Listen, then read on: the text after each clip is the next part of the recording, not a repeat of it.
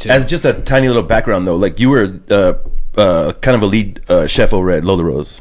Oh, I was in the ranks. You were in the ranks, and then you worked there as well. Yeah, I did. That's kind of where I found my love for something more. So Lola brought that spark out of me, just because I was really pushed. His first day was an event. my first day was a coursed out dinner, and so I was kind of just watching everyone. Everyone was in their zone. Chef Brennan's been on the show. He told us about his background. So like being that was your first day, what was your cooking background from that point? What have you delved into before that time? So I started at a coffee shop. I started out as a barista, and so that was like a brand new world of coffee mixologist. Yeah, exactly.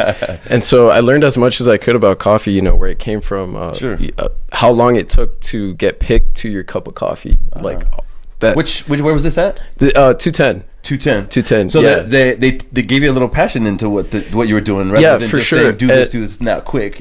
For definitely. Every day was a challenge because I was I believe 17. I was 17. Coffee to me was just black. Yeah, right. And that was just black. a job for you right then? Yeah, exactly. I told the manager there, like, I just need a job. I'm on the swim team. I like that, man. That's where the spark happens, man. When you're just kind of exactly.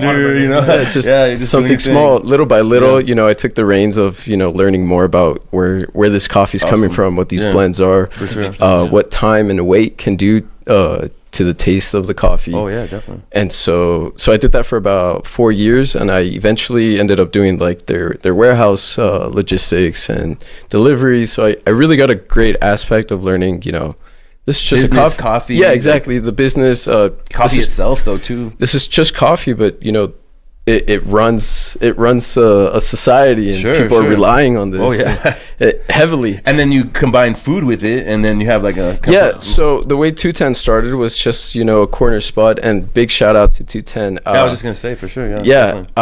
These started as just a corner spot, and eventually built their way up to having a kitchen, nice little brunch. Yeah. And so along the lines, I go up to my manager and I say, I want to be in the kitchen, like.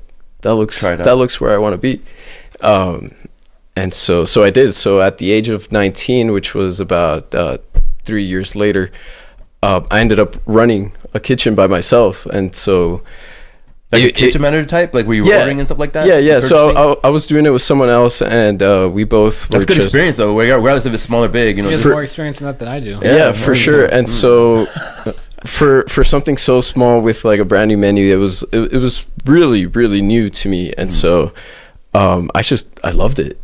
Telling 30-year-olds how to do their job, and I'm 19, and it's like you're running it though. Like when you know it front to back, and you run it. I mean, some people just want to follow the lead. Yeah, of course, and that's what it's all about. It's just keeping an attitude. Is it doesn't matter what your age is. So at 19, and that's that.